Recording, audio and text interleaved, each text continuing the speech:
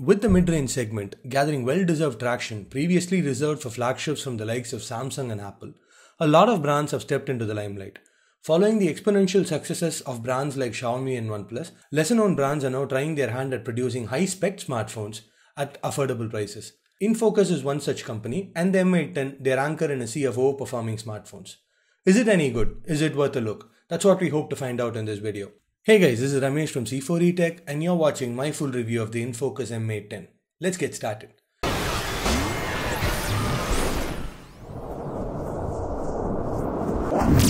Let's start with the build and design.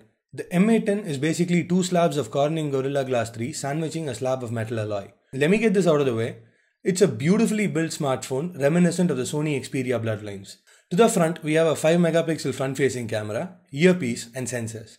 Lower below, a 5.5-inch 1080p Full HD display and 3 capacitive backlit buttons at the bottom. Please note we still have a menu button here instead of the recent tab keys. To the back, we have a 13 megapixel rear camera and a dual LED flash. Lower below, the Infocus branding, the NFC and LTE logos. I would be remiss if I didn't mention the fact that this back is absolutely stunning to look at under lights. To the left, we have a terribly placed power button and the volume rockers. The right houses the micro SD card slot and the micro SIM card slot. We have a noise cancelling microphone to the top, and to the bottom we have a 3.5mm headphone jack, primary microphone and an off-center micro USB charging port. With a thickness of under 7mm and a weight of about 150 grams, the M810 doesn't feel heavy, but it does feel large in the hand thanks to that 5.5-inch display. While single-handed usage should be possible, don't expect it at all times. Let's talk about that display. The 5.5-inch Gorilla Glass covered IPS display has a Full HD resolution that gives it a pixel density of 401 pixels per inch. The display is sharp with surprisingly good contrast and viewing angles. The colors are vivid, almost at AMOLED levels. The display is also quite bright, meaning you shouldn't have any issues outdoors under direct sunlight. Now we get to the hardware. The Infocus M810 is powered by the Snapdragon 801 chipset. That's 4 Krait 400 cores clocked at 2.5 GHz coupled with an Adreno 330 GPU and 2 GB of RAM. This unit has 16 GB of internal storage and has room for memory expansion via micro SD card. As far as specs go, that's the 1 + 1 minus a gig of RAM.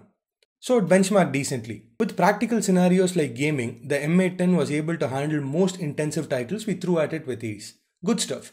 Moving on, we get to the camera. The M810 packs a 13 megapixel rear shooter with an f/2.2 aperture and a dual LED flash.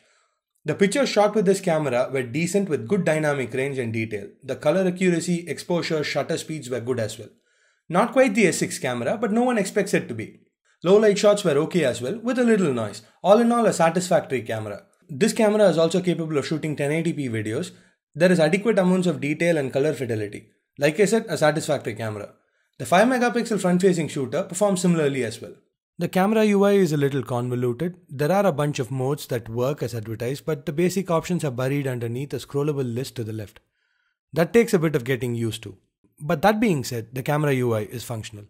Next up, let's talk about the battery life. The Infocus M810 is powered by a 2600 mAh non-user replaceable battery. The battery life was okay for the most part. On each of the 7 days that I used this phone, I had under 10% charge left at 7 PM. That's not bad, but that's nothing to write home about either. Anyway, to put that into numbers, on a looping video playback test, the Infocus M810 lasted for about 8 hours before running out of juice. Next up, let's talk about the software. The Infocus M810 runs on Android 5.0.2 Lollipop with the company's custom in-life UI on top. There is no app drawer here, all your apps go onto the home screen. We have toggles on the notification bar resembling stock toggles. There are a few preloaded Infocus apps that work fairly well. Infocus have added a few motion-based features like turning over to mute, and they work. While I personally didn't find myself using them a lot, they did work. There's also support for USB OTG here. My major gripe with the UI is the fact that Infocus decided to go in with the menu key rather than the recent apps key. I don't remember the last time we reviewed a phone with a menu key. Having to double tap the home key to access the recent apps was a chore. But that being said, the UI is fast, responsive, apps opened up quick without lag. Overall, barring the weird key choices, Infocus seems to have done a decent job. And that's what I'd ask you to keep in mind when considering if this is the phone for you. Most manufacturers in this price range seem content in going in with the Snapdragon 615 chip, a chip that's not quite as powerful and one that's plagued by overheating issues as well. With that in mind, it's really refreshing to see Infocus go in with the 801, and the end result is a phone that's quite decent. Yes, it does have a few quirks in the form of button placements and to a lower extent the battery, but is a solid offering nonetheless. So that's just me. What do you think? If you were in the market for a phone in this price range, would you consider giving the Infocus M810 a shot? If not, what would you choose? Let me know your thoughts in the comments below. If you do want to pick an Infocus M810 up, I'll leave direct links in the description below. Consider using those if you want to help the channel out. So with that, we get to the end of this review. Give us a thumbs up if you feel we deserved it and subscribe if you haven't already. Until next time, this is Ramesh from C4E Tech. You guys have a blessed day.